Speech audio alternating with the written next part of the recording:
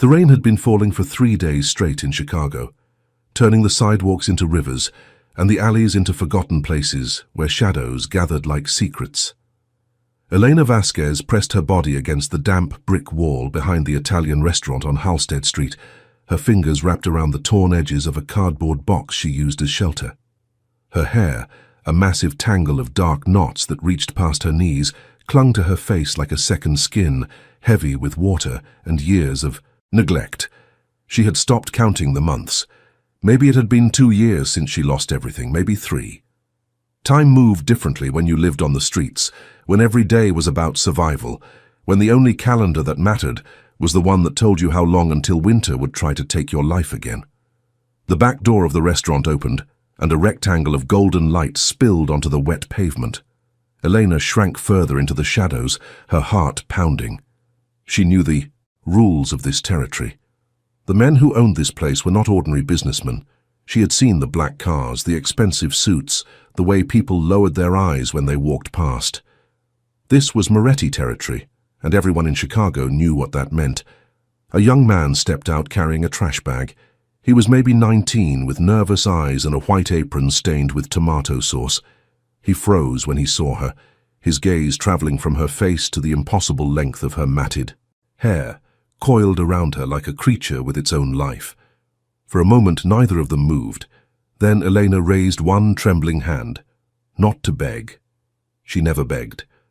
But the hunger in her stomach had become a living thing, clawing at her insides, and pride was a luxury she could no longer afford. The young man glanced back at the door, fear flickering across his face. Then he did something unexpected. He set down the trash bag, disappeared inside, and returned 30 seconds later with a styrofoam container. He placed it on the ground 3 feet away from her, as if she were a wild animal that might bite. And then he was gone, the door slamming shut behind him. Elena waited. She always waited. Trust was another luxury, and she had learned its price too many times. When she finally opened the container, the smell of pasta and garlic hit her so hard that tears burned her eyes. Real food. Warm food. She ate with her fingers, not caring about dignity, not caring about anything except the miracle of a full stomach. She did not know that someone was watching her from the window on the 2nd floor. She did not know that this single moment of mercy would change everything. Dominic Moretti stood at the window of his private office, a glass of whiskey untouched in his hand. He was 42 years old, with silver threading through his dark hair and eyes the color of a winter storm. He had built his empire on discipline, on control, on the understanding that power was not about violence but about the careful management of fear and loyalty. He had seen homeless people before. Chicago was full of them, ghosts that moved through the city like reminders of what happened when the system failed. He had never paid them much attention. They were not his problem, they were not his concern. But this woman with hair like something out of a dark fairy tale, hair that seemed to have grown wild and free while the rest of her diminished. There was something about the way she held herself, even in her desperation, something that made him pause. His phone buzzed, a message from his second-in-command asking about the meeting tomorrow with the suppliers from New York. Dominic ignored it. He could not stop watching the woman in the alley, the way she ate as if this might be her last meal, the way her shoulders curved inward as if she were trying to make herself disappear. He thought about his mother. She had died 15 years ago, but he still remembered her voice, still heard her lectures about compassion and humanity, and all the things that had no place in his world. She would have hated what he had become. She would have looked at that woman in the alley and demanded that he do something. Dominic finished his whiskey in one swallow. He was a man who made decisions quickly, who trusted his instincts even when they led him into dangerous territory. And right now, his instincts were telling him something that made no logical sense. He pressed the intercom. On his desk, Marco, his head of security, answered immediately. "Bring her inside," Dominic said. "The woman in the alley. Bring her to the back room. Make sure she is not harmed." There was a pause. Marco had been with him for 12 years, had seen him make 1,000 strange decisions, but this one clearly caught him off guard. "Sir," Marco said carefully, "she appears to be homeless. She may be unstable. She may be dangerous. Dominic almost smiled. He had faced men with guns, men with knives, men who would have traded their souls for a chance to take him down. A starving woman with impossible hair was not going to be the thing that killed him. "Bring her inside," he repeated, "and Marco, be gentle. She has been through enough." The rain continued to fall as two men in dark suits approached Elena's hiding spot. She saw them coming and felt the familiar surge of adrenaline, the fight-or-flight response that had kept her alive on the streets. But there was nowhere to run. The alley was a dead end, and these men moved with the confidence of predators who knew their prey was trapped. She pressed her back against the wall and waited. The taller one, a man with a shaved head and surprisingly kind eyes, stopped a few feet away. He held up his hands, showing her that they were empty. "Miss," he said, his voice low and calm, like someone approaching a frightened animal, "my employer would like to offer you shelter from the rain, a warm place to stay, food. You are not in any trouble. He simply wants to help." Elena stared at him. In 2 years on the streets, no one had ever offered to help without wanting something in return. The shelters were overcrowded and dangerous. The churches were full. The kind strangers who approached her at night always had dark intentions hidden behind their smiles. She shook her head, her matted hair swaying with the movement. "Whatever you want," she said, her voice rough from disuse. "I do not have it. Leave me alone." The man exchanged a glance with his companion. Then he did something that surprised her. He took off his jacket, an expensive-looking thing that probably cost more than everything she had ever owned combined, and he held it out to her. "My name is Marco," he said. "I work for Dominic Moretti. He saw you from the window and he asked me to bring you inside. I give you my word that no harm will come to you. If you want to leave at any time, you may leave. But please, the rain is getting worse, and you will become ill if you stay out here much longer." Elena looked at the jacket. It was warm and dry and smelled like expensive cologne. She looked at the man, searching his face for signs of deception, for the cruelty that lurked behind so many kind offers. She found nothing but patience. Maybe it was the cold. Maybe it was the exhaustion. Maybe it was the simple fact that she had reached the end of her strength and had nothing left to lose. But Elena reached out and took the jacket, wrapping it around her shoulders like armor. "1 hour," she said. "I will stay for 1 hour, and then I am leaving." Marco nodded, relief flickering across his face. "Of course, miss. 1 hour."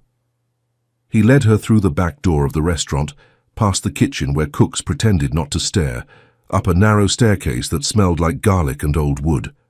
Elena kept her eyes forward, her heart pounding, her mind racing through every possible escape route.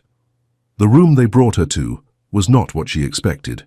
It was warm and comfortable, with leather couches and soft lighting, and a fireplace that crackled with real flames. A plate of food waited on a small table, along with a glass of water and a cup of coffee. Elena stood in the doorway, suddenly aware of how she must look. Her clothes were rags, held together by safety pins and desperation. Her hair was a monument to neglect, a tangled mass that had become so heavy she sometimes thought it might pull her to the ground. She smelled like the streets, like survival, like everything this room was not. "Please," Marco said, gesturing to the couch, "sit, eat. Mr. Moretti will join you shortly." He left, closing the door behind him, and Elena was alone. She did not sit. She did not eat. Instead, she moved to the window and looked out at the rain, at the city lights blurred by water, at the world that had forgotten she existed. She was still standing there when the door opened again, and Dominic Moretti walked into the room. He was taller than she expected. More.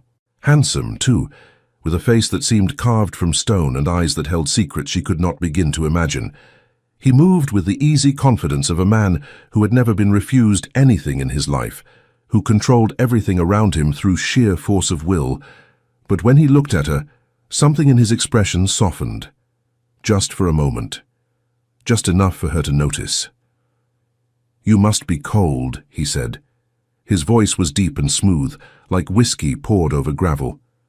"Please, sit by the fire." I promise I will not keep you long." Elena did not move. She had learned long ago that promises meant nothing.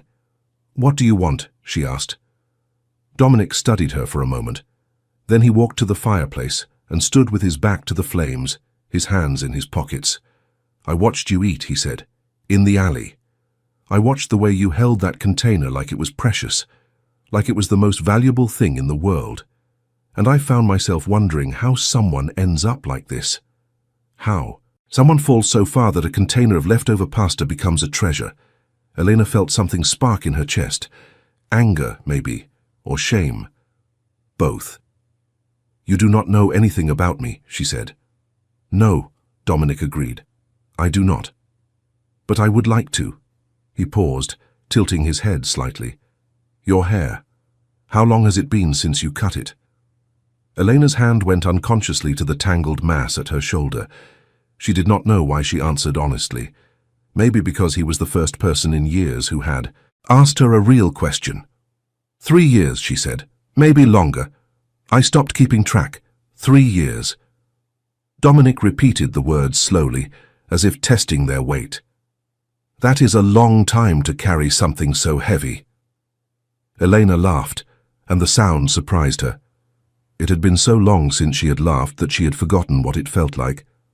"I carry a lot of heavy things," she said. "The hair is the least of them." Dominic nodded. He crossed the room to the small table and poured himself a glass of water. He did not drink it. Instead, he held it in his hands and looked at her with an intensity that made her want to look away. "I am going to make you an offer," he said. "You are free to refuse. You are free to walk out that door and never see me again. But I want you to listen first." Elena waited. "I own several businesses in this city," Dominic continued. "Some of them are legitimate, some of them are not. I am not going to pretend to be something I am not. I am a man who operates in the shadows, and I have done things that would make you run if you knew them." He paused. "But I am also a man who believes in second chances, and when I looked at you tonight, I saw someone who deserves one." "What are you offering?" Elena asked. "A transformation," Dominic said simply. "I'm going to send you to the best salon in Chicago. I'm going to have them take care of your hair, whatever that means. Cut it, treat it, do whatever needs to be done. I'm going to buy you new clothes. I'm going to give you a place to stay, a real place with a real bed and a door that locks. And I'm going to offer you a job." Elena stared at him. This was not real. This could not be real. People like her did not get offers like this. People like her got forgotten, got ignored, got left to fade away in alleys while the world moved on without them. "Why?" she whispered. "Because I can," Dominic said. "Because it costs me nothing that I cannot spare, and because my mother taught me that. The measure of a man is not in how he treats his equals, but in how he treats those who have nothing to offer him in return." He set down his glass and walked toward the door. Then he paused, looking back at her over his shoulder. "The choice is yours," he said. "You can stay here tonight, warm and safe, and tomorrow morning my driver will take you to the salon. Or you can leave right now, and I will never bother you again." He opened the door. "But Elena, consider this. When was the last time someone offered you a tomorrow?" He left, and Elena was alone again. She stood by the fire for a long time, watching the flames dance, feeling the warmth seep into bones that had been cold for years. She thought about the streets, about the cardboard boxes, and the cruel winters and the endless parade of days that all looked the same. She thought about her hair, about the weight of it, about how it had become a symbol of everything she had lost and everything she had stopped caring about. And she thought about tomorrow. When Marco came to check on her an hour later, she was asleep on the couch, her impossible hair spread around her like a dark river, her face peaceful for the first time in years. She had made her choice. Check if you are already subscribed to this channel. Every week we bring you stories of transformation and redemption, stories that will make you believe in second chances. Subscribe now and become part of a community that believes in the power of hope. The morning came slowly, filtering through the heavy curtains like a cautious visitor. Elena woke to the smell of fresh coffee and the sound of rain still tapping against the windows. For a moment, she did not know where she was. The couch was too soft, the room was too warm, the silence was too complete. Then she remembered.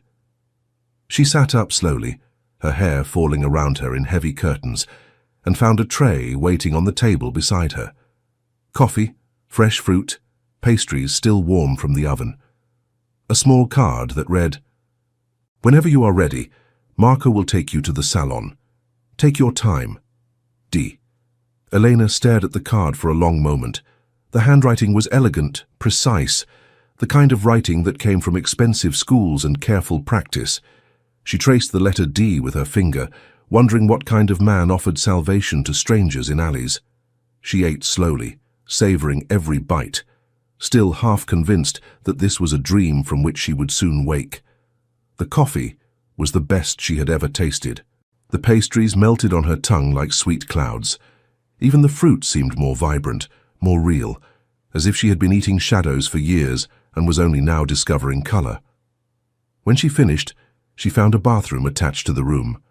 There was a shower with multiple heads, bottles of soap and shampoo that smelled like expensive flowers, towels so thick they felt like embraces. Eleanor stood under the hot water for 20 minutes, watching years of grime swirl down the drain, feeling layers of her old life wash away. Her hair was another matter. It was so tangled, so matted, that the water could not penetrate it. She tried to work her fingers through a small section and felt the knots resist, solid as stone. This was the accumulation of 1,000 sleepless nights, 1,000 rainstorms, 1,000 days when survival had taken priority over everything else. She dried off and wrapped herself in a bathrobe that hung on the back of the door. It was white and soft, and probably cost more than a month's rent in her old apartment, back when she had an apartment, back when she had a life. A knock at the door. Elena opened it to find a young woman with kind eyes and a warm smile, holding a stack of clothes. "Mr. Moretti thought you might want something clean to wear," the woman said. "I hope these fit. If they do not, we can find something else." The clothes were simple but beautiful, dark jeans that fit perfectly, a cream-colored sweater that was softer than anything Eleanor had ever owned, brown boots that looked sturdy enough for walking but elegant enough for anywhere. Eleanor dressed slowly, looking at herself in the mirror. She almost did not recognize the woman staring back at her. The clothes made her look almost normal, almost like someone who belonged in this world. Except for the hair. The hair was still a monument to everything she had been through, a wild tangle that no amount of clean clothes could hide. Marco was waiting for her in the hallway. He smiled when he saw her, genuine warmth in his eyes. "You look different," he said. "Better. Are you ready?" Eleanor touched her hair self-consciously. "I do not know if anyone can do anything with this," she said. "It might be beyond saving." Marco's smile widened. "You have not met Isabella yet," he said. "If anyone can work miracles, it is her." The drive across Chicago took them through neighborhoods Elena had never seen before. Lake Michigan appeared and disappeared between buildings, gray and restless under the cloudy sky.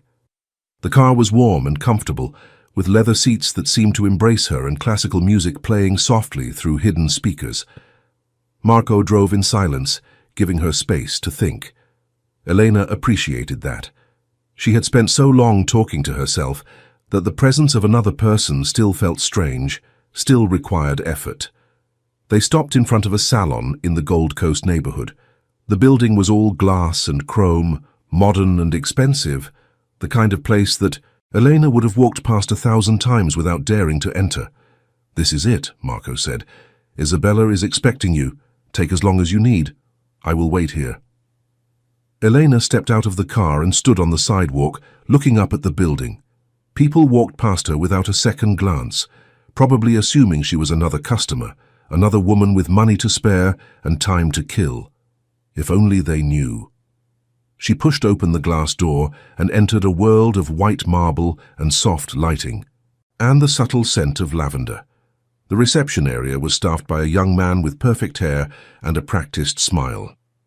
"You must be Elena," he said. "Isabella is waiting for you in the back. Follow me." The salon was larger than it appeared from outside. There were dozens of stations, each with mirrors surrounded by lights, each occupied by stylists working magic on their clients.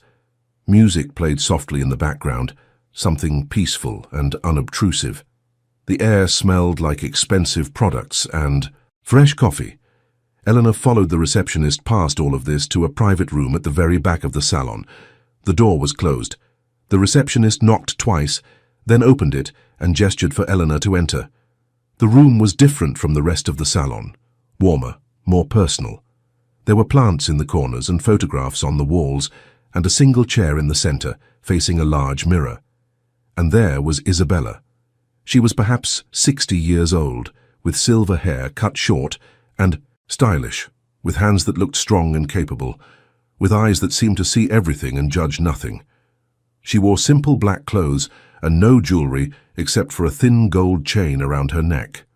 "So," Isabella said, her voice carrying a faint Italian accent. "You are the one Dominic called me about." Elena nodded, suddenly unable to speak. Isabella walked around her slowly, studying her from every angle. Her eyes lingered on Elena's hair, on the massive tangle that hung almost to the floor. "May I touch it?" Isabella asked. Elena nodded again. Isabella's hands were gentle as they explored the damage. She lifted sections, tested knots, traced the path of tangles that had been building for years. Her face revealed nothing as she worked, but Elena could feel her attention, her focus, her complete dedication to understanding the problem before her. Finally, Isabella stepped back. "Tell me," she said, "how long has it been since someone took care of you?" Elena felt tears prick her eyes. The question was so simple, so direct, and so devastating. "I do not remember," she whispered. Isabella nodded as if this was the answer she expected. "Sit," she said, gesturing to the chair. "We have a lot of work to do." Eleanor sat. The chair was comfortable, almost like a throne. She faced the mirror and saw herself, saw the woman she had become, saw the hair that had grown wild while the rest of her diminished. "I should warn you," she said. "It might be impossible. You might have to cut it all off." Isabella smiled, and for the first time warmth entered her eyes. "Nothing is impossible," she said. "Some things just take more patience than others." She began to work. The process took hours. Isabella started at the bottom, working with oils and conditioners and tools that Eleanor had never seen before. She did not rush. She did not force. She coaxed each tangle apart with patience that seemed almost inhuman, treating Eleanor's hair not as a problem to be solved, but as a puzzle to be unraveled. Other stylists came to watch. They stood in the doorway, their eyes wide, whispering to each other. Elena heard fragments of their conversations. Unbelievable. How did it get like this? Look at what Isabella is doing. But Isabella paid them no attention. She was lost in her work, humming softly as her hands moved through Eleanor's hair, finding paths through chaos, creating order where there had been none. Sometime in the afternoon, a young woman brought lunch, sandwiches and salads and sparkling water, with lemon. Isabella insisted that Elena eat, taking a break herself to stretch her hands and rest her eyes. "You are doing well," Isabella said. "Most people would have given up by now." Elena looked at her reflection in the mirror. There was still so much hair tangled around her, still so much work to be done. But she could see progress. She could see strands beginning to separate, beginning to remember what it was like to be individual instead of part of a mass. "Why are you doing this?" Elena asked. "You do not even know me." Isabella smiled that warm smile again. "Dominic called me yesterday," she said. "He told me about you. He said you were someone who deserved a chance. He said he looked at you and saw his mother." Eleanor blinked. His mother. Isabella nodded. "She was a client of mine, many years ago. Before she passed. She used to come here every month, sit in this very chair and tell me stories about her son, about how he was hard on the outside but soft on the inside, about how she worried that the world would make him forget his heart." She returned to work, her hands moving through Eleanor's hair with renewed purpose. "When Dominic calls me and asks for a favor, I always say yes. Because I remember Maria. I remember how much she loved her son. And I like to think that when he does something kind, she is watching from somewhere." Smiling. Elena sat in silence, absorbing this information.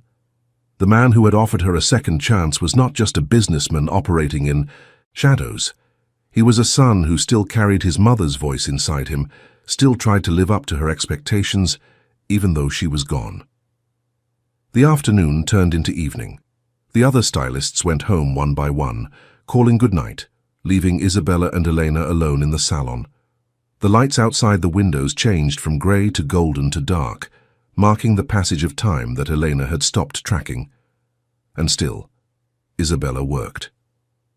Finally, as the clock approached 9, Isabella stepped back and set down her tools. "There," she said, "it is done." Elena opened her eyes. She had not realized she had closed them. The woman in the mirror was a stranger. Her hair fell past her shoulders in smooth, dark waves. It was still long, still substantial, but it was alive now.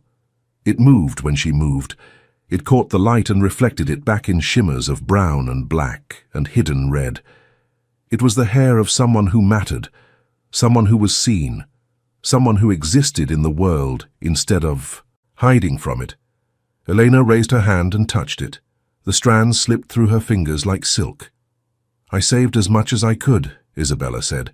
"Some of it was too damaged, but most of it just needed patience and care." She smiled. "Like you." Elena tried to speak, but no words came. Instead, tears rolled down her cheeks, and she did not try to stop them. Isabella handed her a tissue and stood behind her, their eyes meeting in the mirror. "You are beautiful," Isabella said. "You were always beautiful.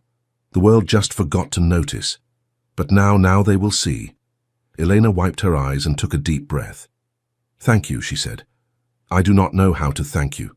You do not need to thank me." Isabella's hand rested briefly on Elena's shoulder.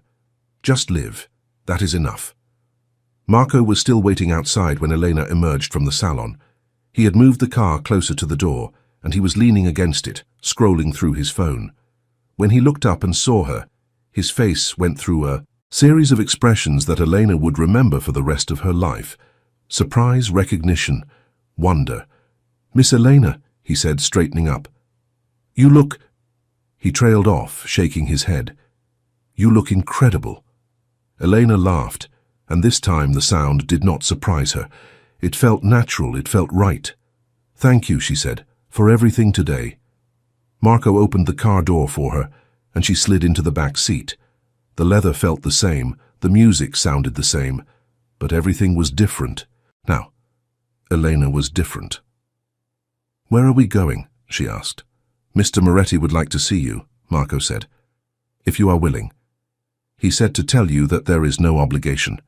You can go straight to the apartment he has arranged for you, or you can join him for dinner. The choice is yours." Elena looked at her reflection in the car window. The woman staring back at her had choices now, had options, had a tomorrow that looked different from all the yesterdays. "Take me to him," she said. Marco smiled. Anne started the car. The restaurant was different at night, softer, more intimate.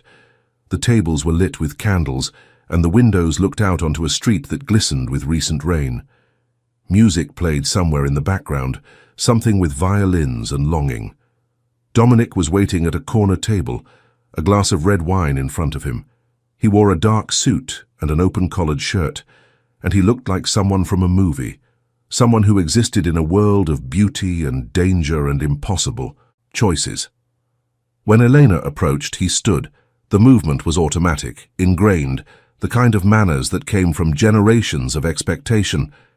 But his eyes betrayed something else entirely. "Elena," he said, and her name on his lips sounded like a discovery. "You look—" He paused, searching for the right word. "Reborn."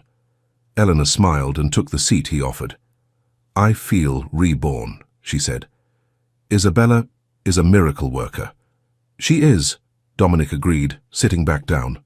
"She has been taking care of women in this city for 40 years. My mother used to say that Isabella did not just do hair, she did hope." Eleanor picked up the menu, more to have something to do with her hands than because she was ready to order. "Your mother sounds like she was a special woman." She was. Dominic's voice softened. She died 15 years ago, but I still hear her voice sometimes, telling me to be better, telling me that power means nothing without compassion. A waiter appeared, took their orders, and disappeared again. The restaurant was quiet, with only a few other tables occupied. Privacy, Elena realized, was something that men like Dominic could buy. "Tell me about yourself," Dominic said. Before the streets." Elena considered the question. It had been so long since anyone had asked about her past that the memories felt like artifacts from another life, dusty and fragile. "I was a nurse," she said finally.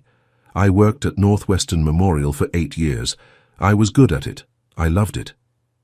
"What happened?" Elena looked at the candle flame dancing between them. "My husband happened," she said. "We were married for 5 years. At first it was good. He was charming, attentive. Everyone said I was lucky." She paused, and then, slowly, everything changed. He started controlling what I wore, who I saw, what I said. And then, the control turned into something worse. Dominic's jaw tightened, but he said nothing. "I tried to leave," Eleanor continued, 3 times. "But he always found me. He had connections, friends in places that mattered. The 3rd time he took everything, my job, my apartment, my bank accounts. He made me disappear from my own life. And you ended up on the streets." Elena nodded. "I was too ashamed to ask for help, too proud, too scared. I thought that if I just kept moving, if I just stayed invisible, maybe he would eventually forget about me." She laughed bitterly. "Instead, I forgot about myself." Dominic was quiet for a long moment. Then he reached across the table and took her hand. His palm was warm and rough, the hand of a man who had done hard things. "You are not invisible anymore," he said. "And if your husband is still looking for you, he will have to go through me."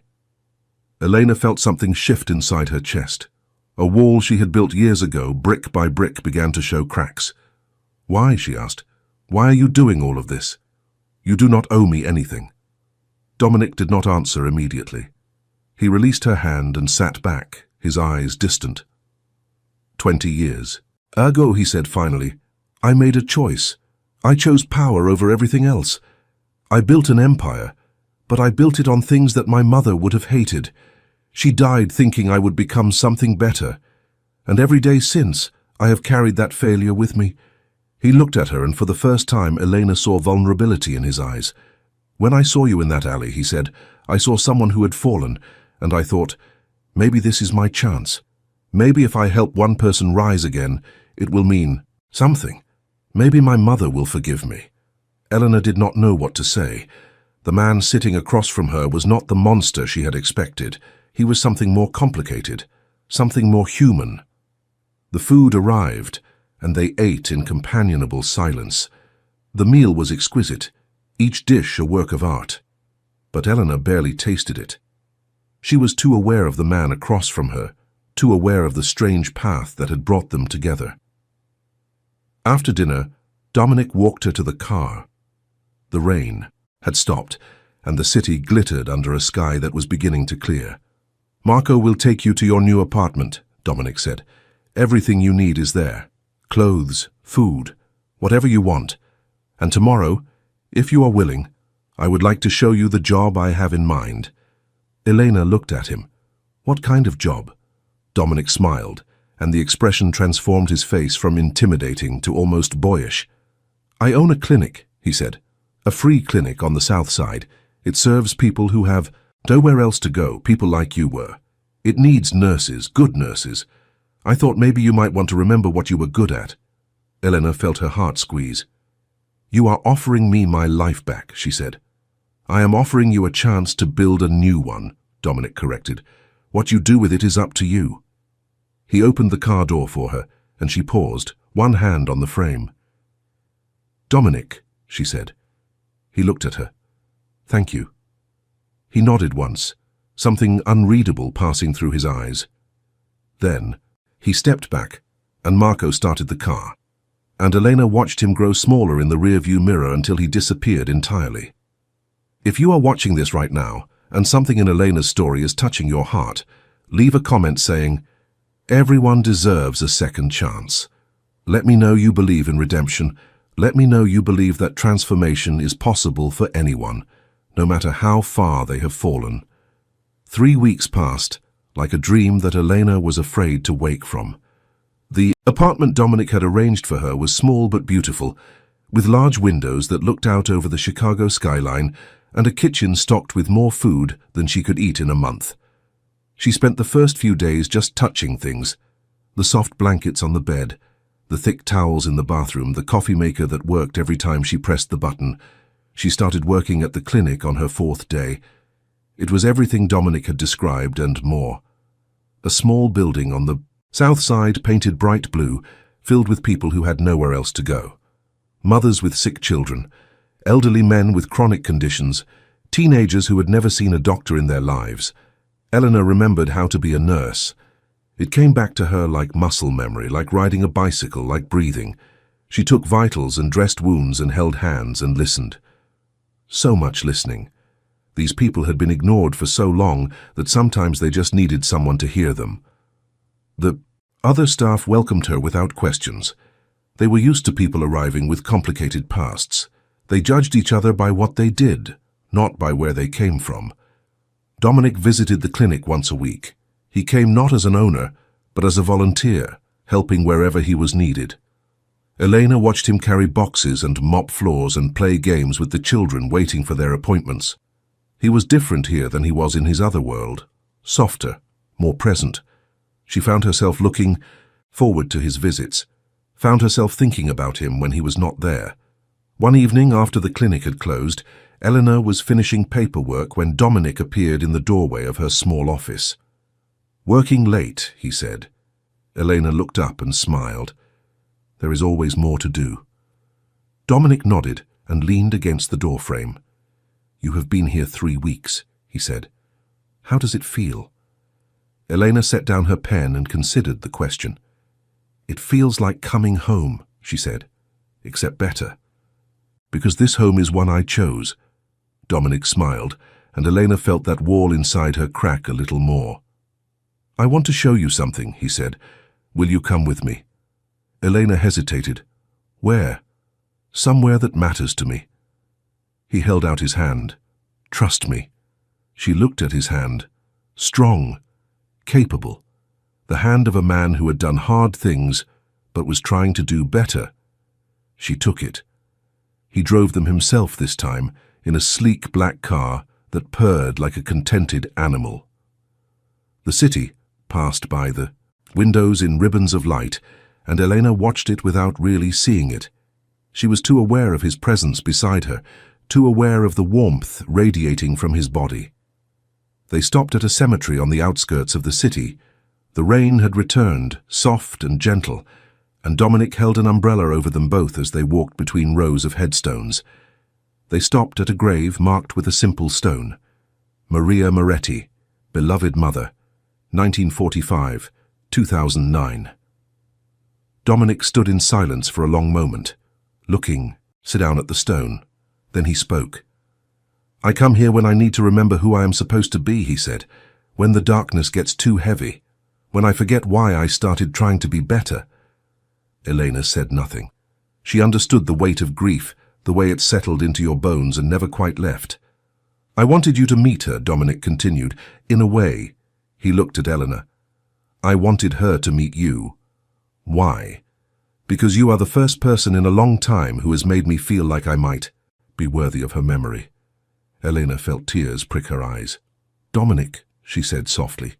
He turned to her, and the look in his eyes was raw, unguarded. Everything he usually kept hidden was right there on the surface. "I know I am not a good man," he said. "I know the things I have done. But when I am with you, I feel like maybe I could become one." Eleanor reached up and touched his face. Her fingers traced the line of his jaw, rough with stubble. "You are already trying," she said. "That is more than most people do." He closed his eyes at her touch, and she saw the tension in his shoulders begin to release. They stood there in the rain, beside his mother's grave, and something passed between them that neither of them could name. It was not love. Not yet. It was something before love. Something that might grow into love if given enough time and care. Eleanor took his hand again, and they walked back to the car together. The next morning, Eleanor woke to a knock on her apartment door.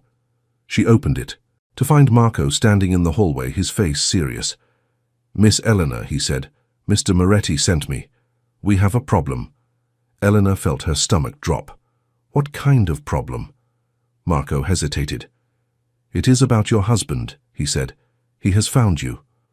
The world tilted. Eleanor grabbed the doorframe to steady herself. Her heart was pounding so hard she could hear it in her ears.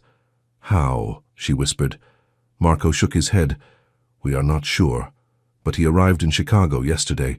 He has been asking questions." Showing. "Your photograph around." Elena's legs threatened to give out. 3 years. 3 years of running, of hiding, of building walls around herself, and he had still found her. "Mr. Moretti wants to see you," Marco said. "He has a plan, but you need to come now." Elena dressed in a daze, her hands shaking as she pulled on clothes. The fear was back, crawling up her spine like a living thing. She had thought she was free. She had thought she was safe. She should have known better. The drive to Dominic's office felt endless. Elena sat in the back seat of the car, watching the city pass by, feeling her new life crumble around her. When they arrived, Dominic was waiting for her. He took one look at her face and crossed the room in 3 long strides, pulling her into his arms. "I have got you," he said. "He will not touch you. I swear it on my mother's grave." Elena buried her face in his chest, breathing in his scent, drawing strength from his solid presence. "I should leave," she said. "I should disappear again. I should not have let myself believe this could last." Dominic pulled back and took her face in his hands. "Look at me," he said. She looked. "You are not running anymore," he said. "Running does not work. It never works. The only way to be free is to face the thing that haunts you. And when you face it, I will be right beside you." Eleanor felt something inside her shift. She had spent so long being afraid, so long letting fear control every decision. And here was this man, this complicated, dangerous, tender man, offering to stand with her. "What is your plan?" she asked. Dominic released her and walked to his desk. He picked up a folder and handed it to her. "Your husband," he said. "His name is Richard Caldwell. He works for a lobbying firm in Washington. He has connections to 3 senators and several powerful businessmen. He believes he is untouchable." Eleanor opened the folder. There were photographs, documents, financial records, evidence of crimes she had never known about. "How did you get this?" she asked. "I have resources," Dominic said. "I have been gathering information since you told me about him, and I discovered something interesting." "What?" Dominic smiled, but it was not a pleasant smile. It was the smile of a predator who had cornered his prey. "Your husband has enemies," he said. "Powerful enemies. People he has wronged. People who would love nothing more than to see him brought down. All they need is someone willing to light the match." Elena looked at the documents in her hands. 3 years of running, 3 years of fear, and here in this folder was everything she needed to end it. "What do I have to do?" she asked. "Nothing," Dominic said. "You do not have to do anything. I will handle this. All you have to do is trust me." Elena looked at him, at this man who had pulled her from an alley and given her hope, at this man who had introduced her to his mother's grave and confessed his dreams of redemption. "I trust you," she said. Dominic nodded. "Then it begins." The confrontation happened 3 days later. Eleanor was working at the clinic when she saw him through the window, Richard, her husband, standing across the street, watching the building with that same cold calculation she remembered from their marriage. He looked older, grayer, but the cruelty in his eyes was exactly the same. She did not run. She did not hide. Instead, she walked to the window and stood there, letting him see her. Their eyes met across the distance, and Elena felt something she had never expected to feel. Nothing. No fear, no panic, no desperate urge to flee, just the calm certainty that she was done letting this man control her life.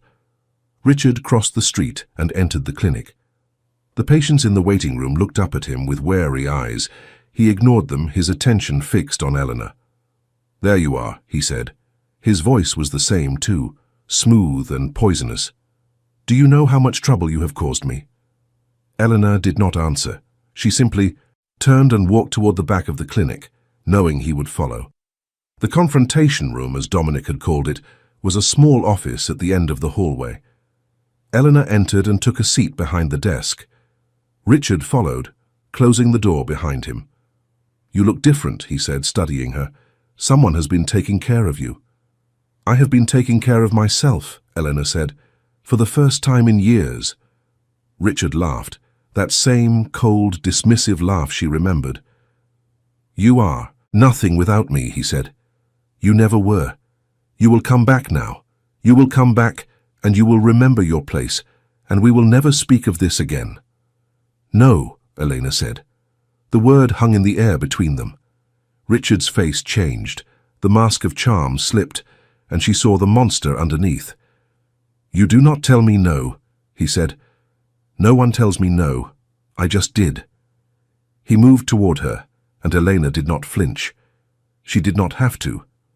The door opened, and Dominic walked in. He was not alone. Behind him were Marco and 4 other men, all of them wearing the serious expressions of people who meant business, and behind them, to Elena's surprise, were 2 women she did not recognize. One wore a business suit, the other carried a camera. Richard stopped. He looked at Dominic, then at the men, then at the women. Confusion crossed his face.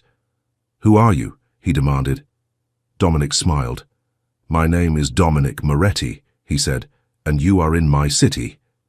Richard's confusion turned to recognition, then to something that looked almost like fear. "Moretti," he repeated, "I have heard of you. Then you know that crossing me is a mistake." Richard straightened, trying to recover his composure. "This is between me and my wife," he said. "It has nothing to do with you."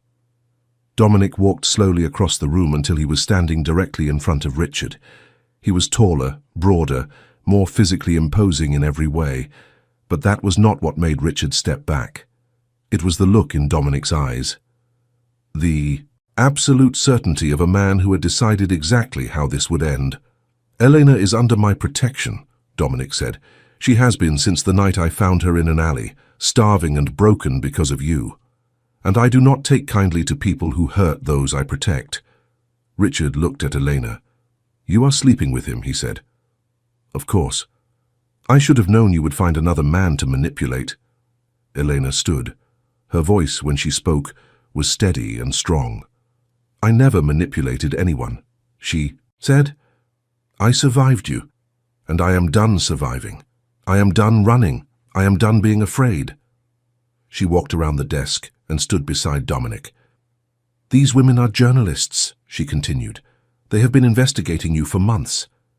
And this folder," she held up the documents Dominic had given her, "contains evidence of every crime you have committed. Financial fraud, tax evasion, bribery, and the names of every person you have hurt along the way." Richard's face went pale. "You cannot do this," he said.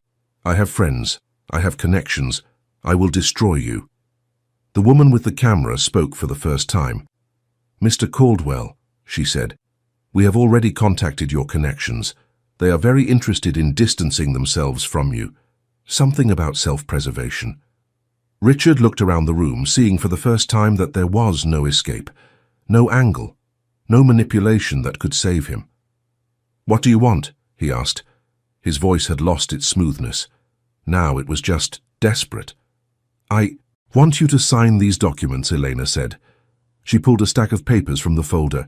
"Divorce papers, restraining order, full confession of the crimes detailed here. You will sign them all, and then you will leave Chicago and never contact me again. And if I refuse..." Dominic stepped forward. "Then I will handle this my way," he said. "And believe me, Mr. Caldwell, you do not want to see my way." The silence stretched. Richard looked at the papers, at Eleanor, at Dominic, at the journalists who were documenting every moment. Then, slowly, he walked to the desk and picked up a pen. He signed everything. When it was over, Marco and his men escorted Richard out of the clinic. Elena stood at the window and watched him go, watched the man who had controlled her life for so long climb into a car and disappear around a corner. She did not feel triumph. She did not feel satisfaction. She felt free. Dominic came to stand beside her. "Are you all right?" he asked. Elena turned to look at him. This man who had seen her at her lowest and had offered her a chance to rise. This man who had fought for her, protected her, believed in her. "I am better than all right," she said. "I am finally myself again."